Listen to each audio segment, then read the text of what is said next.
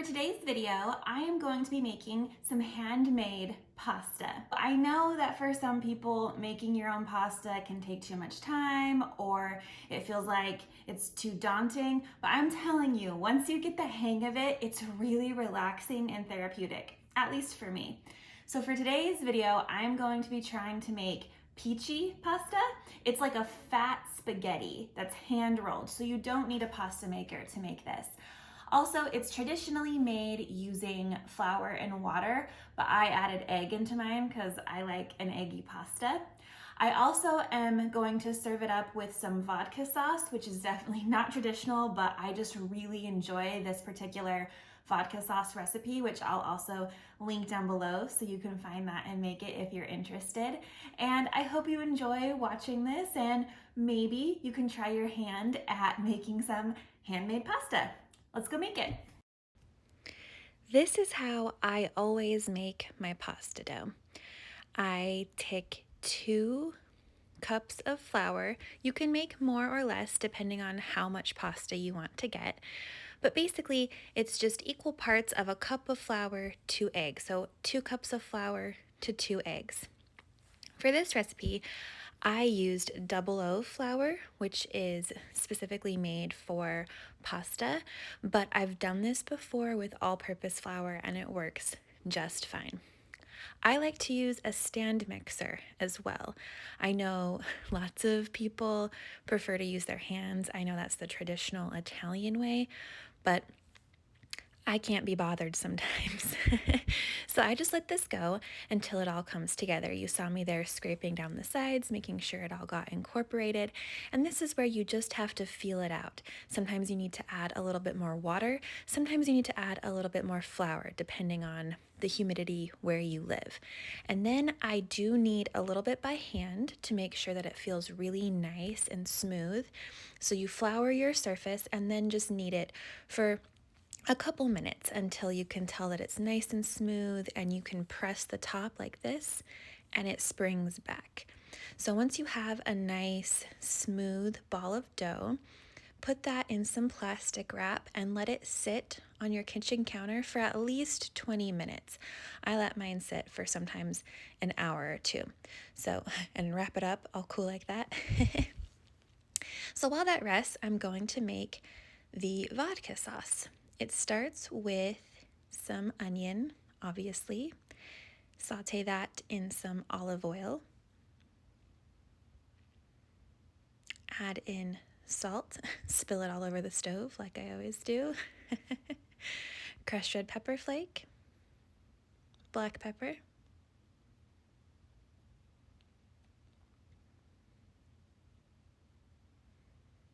And garlic. Again, I'll link this recipe below. It's from a YouTube channel called Binging with Babish, or I believe it's actually Basics with Babish. And that was some oregano, dried oregano.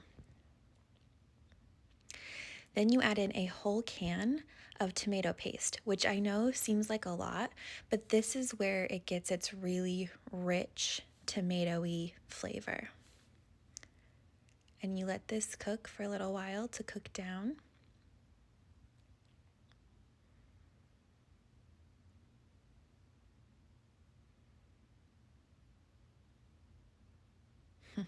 Then to make it a vodka sauce, you need to turn off the heat to your stove and you get some vodka. I believe this was 1/3 of a cup of vodka, and stir that in and then turn your stove, back on. You don't want to burn the house down. Then you add in your milk. This was oat milk. I don't normally keep regular milk in my house, so I used oat milk. Also, if you don't have vodka or don't want to add vodka, I think it would still be fine. It won't technically be a vodka sauce, obviously, but it'd still be good. Then I added in some cream cheese because I used oat milk, so it wasn't quite as creamy. That's not in his recipe. I just added it. And then you just stir and stir and stir until the cream cheese dissolves. Again, you don't need to do this part. I just did it because I had some cream cheese and felt like I wanted my sauce to be a little bit more silky because I hadn't used whole milk.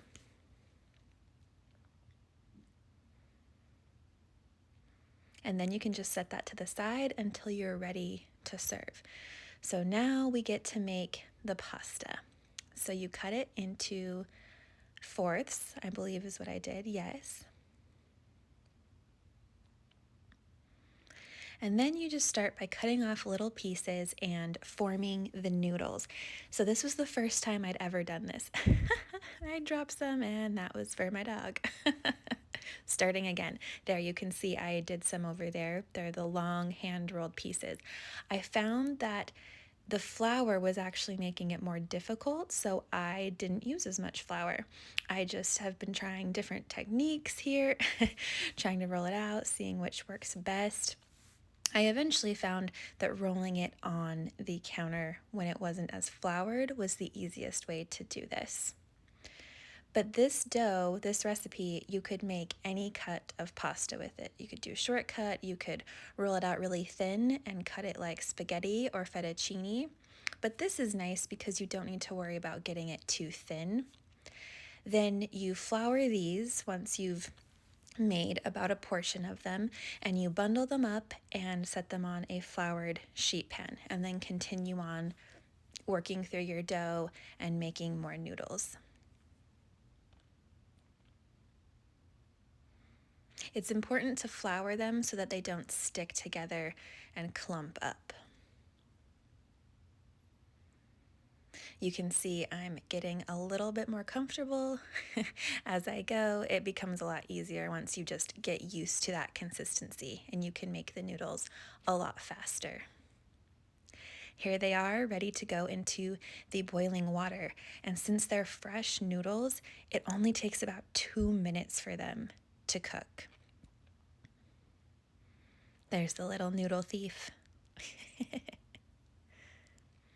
So I also roasted some vegetables to put in my sauce. Again, extremely not traditional, but I like having vegetables with my meals.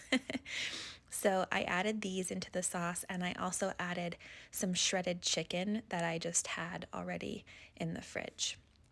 So I don't know what you'd even call this recipe because it's pici pasta with a vodka sauce with chicken and roast vegetables.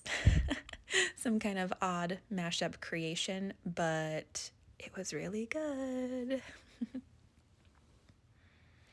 All right, time to put these in the boiling water. Do this at the last minute because, again, they cook really, really fast. And then mix them together with the sauce so they're nice and coated, and plate them up. You can top this with Parmesan cheese if you like, fresh parsley, or basil. Very yummy and really fun to make. Thank you so much for watching. Let me know what you think and if you try this recipe. I hope you enjoy it. I'll see you soon.